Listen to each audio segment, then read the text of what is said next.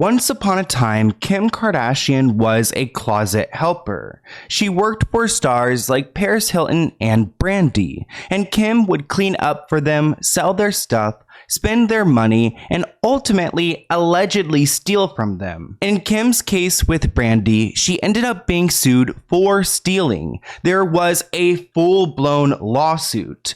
Then Kim slept with Brandy's brother Ray J, and her famous tape mysteriously leaked. This tape also made Kim a lot of money, so she was able to settle the lawsuit outside of court. So let's get into it.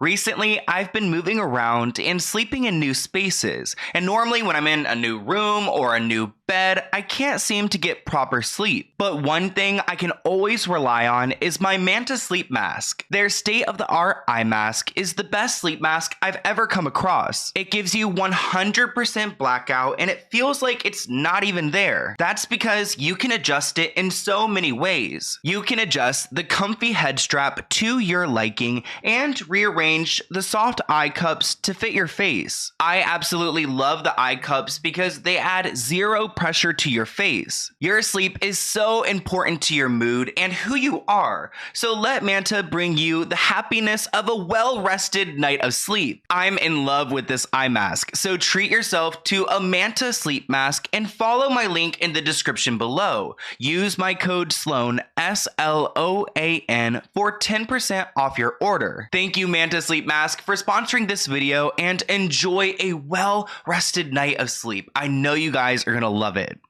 In today's video, we are jumping back to the past and we're going to be talking about some shady things that Kim Kardashian was up to.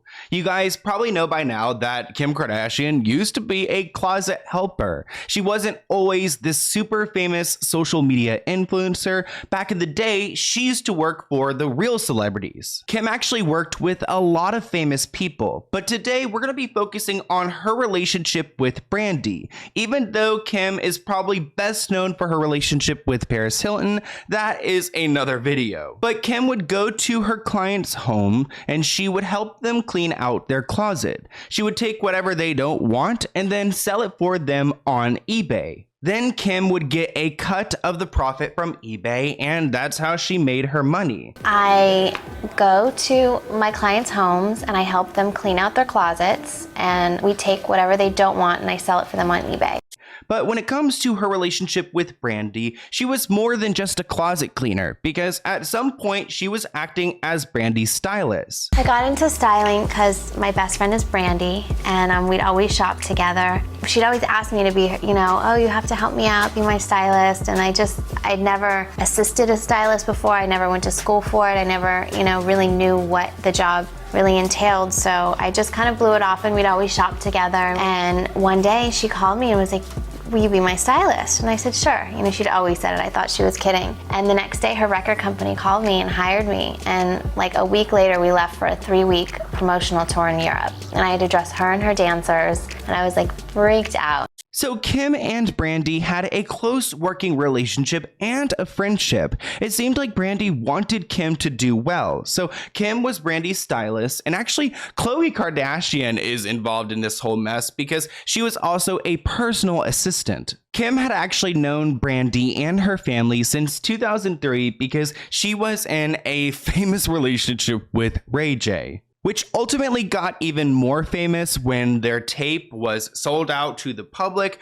But before that ever happened, Kim was spending Brandy's money. And Kim was being accused of fraud by Brandy's family, in particular Brandy's mother, because Kim ran up the bill and nobody was trying to pay for that. According to legal reports, it looks like Brandy's mother, Sonia, actually accused Kim Kardashian, Kourtney Kardashian, Khloe Kardashian, and friggin' Rob Kardashian of spending $120,000 on her American Express card. $120,000 may not be a lot to Kim Kardashian nowadays, but that is a ton of money to be spending on somebody's card and then acting like they're not going to notice it. So the alleged stealing of Kim Kardashian stealing from Brandy took place back in 2006-2007 when Kim Kardashian was working as a stylist for Brandy. And because she was working as a stylist, she had access to Brandy's credit card, which was dangerous to give to someone like Kim. That's a lot for Kim to risk because she's got a full-blown business over here, going to people's closets, cleaning them out, making them money from eBay, and she seemed pretty secure at what she was doing,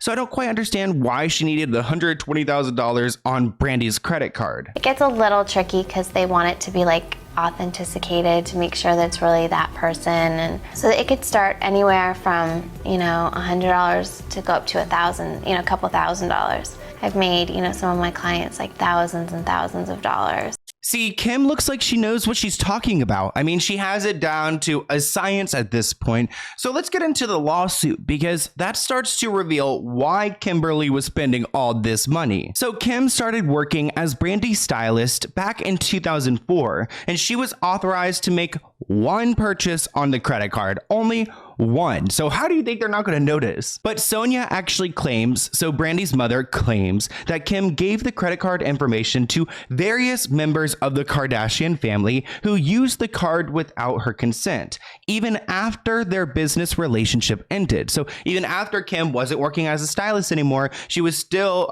using the card, or at least the siblings were. So this is such a messy situation. And how, I mean, it's not like the family members just randomly got this credit card information. Obviously, Kim gave it to her family to just use as they please. So Ray J and Brandy's mother, Sonia, actually said that her children were urging her not to press any charges because they're friends and all of that. But Sonia was like, oh no, they're not going to get away with $120,000. And we actually asked them to pay it back and they wouldn't. So they have to take it to court. And when all of this was going down, Sonia was having a heyday with the media because she was going around claiming that like Kim Kardashian harmed her credit card and that she screwed her daughter as well, and just it was really bad for Kim's reputation. So it would be in Kim's best interest to try to fix everything. Well, you would at least think so. So Sonia was looking for all of her money back plus 10% interest because she's been waiting around for this money and she wants them to pay up. And Kim Kardashian did actually admit to using Sonia's card and Brandy's card and spending it on certain things. But it wasn't like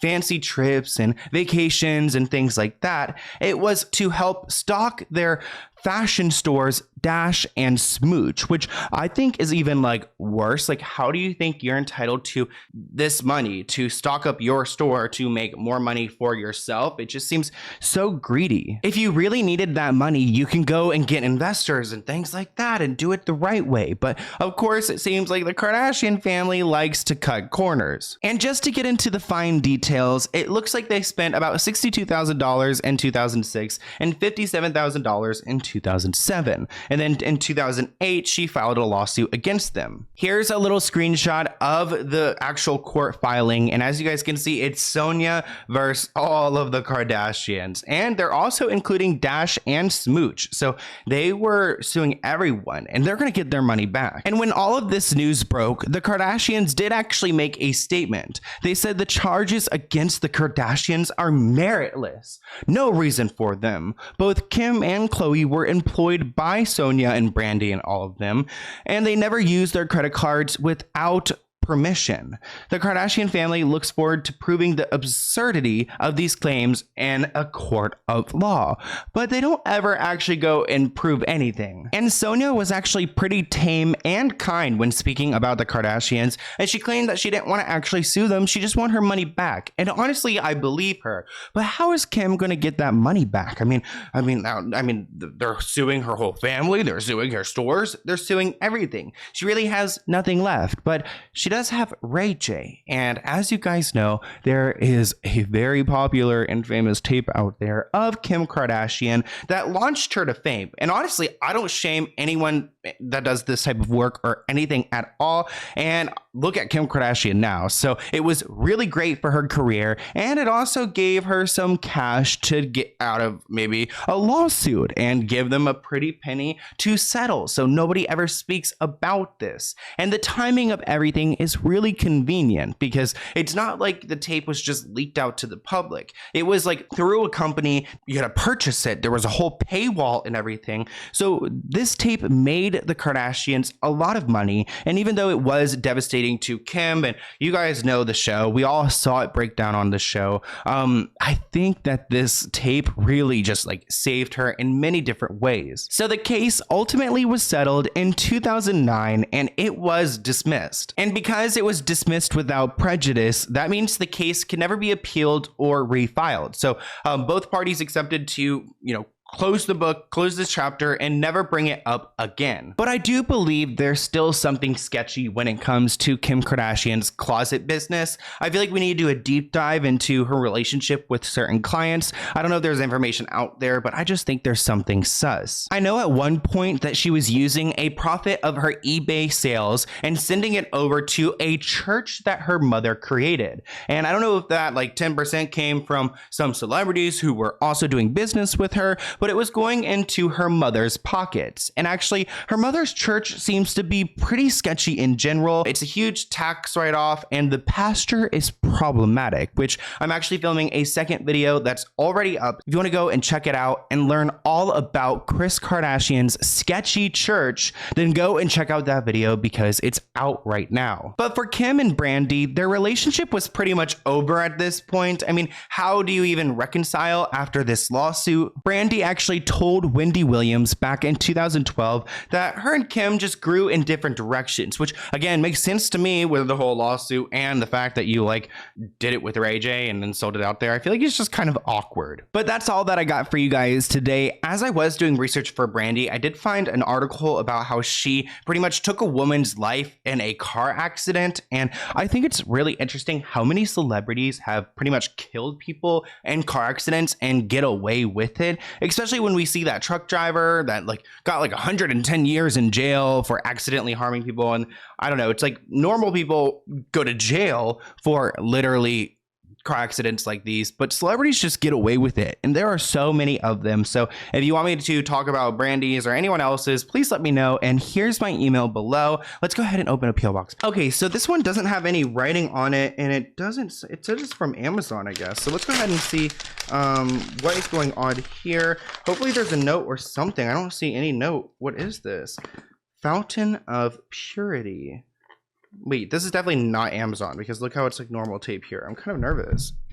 Oh, okay, no, it's good. It's all safe. I was like opening it really slowly. Okay, hey Sloan, we absolutely love your channel and the awareness that you spread about important matters. We are excited for you to try out our natural and cruelty-free skin care goodies. We sent you a youth serum, a chai seed oil, and a turmeric vitamin C face mask. Slay with your new glow from the Fountain of Purity team. And I love this little about me thing with the card. It's so sweet. Wow, thank you so much, Fountain of Purity. Let's go ahead and see what they sent. So this is a turmeric mask, which if you guys don't know what turmeric is, it's very yellow. So I'm not going to touch it, but I'm going to open it and see what it's about. There might be like a, let's see.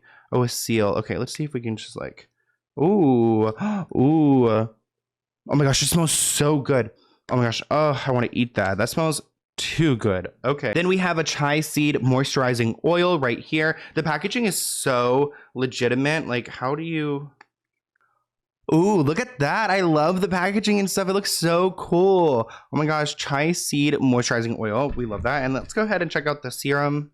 I'm really excited about this one. Anytime anything says youthful, I'm like, okay, sure, give it to me. Let's see what this like is like. Ooh, okay, I'm gonna try it like on my hand for right now. Oh my gosh, you got the smell's down. The smell is down. You got the smell down because it smells really good. Oh, I can't wait to put this on my face. Thank you so much. Congrats on your business, and go and check it out, guys. Go and support a fellow subscriber, and I'll see you in a new video soon. Bye, guys.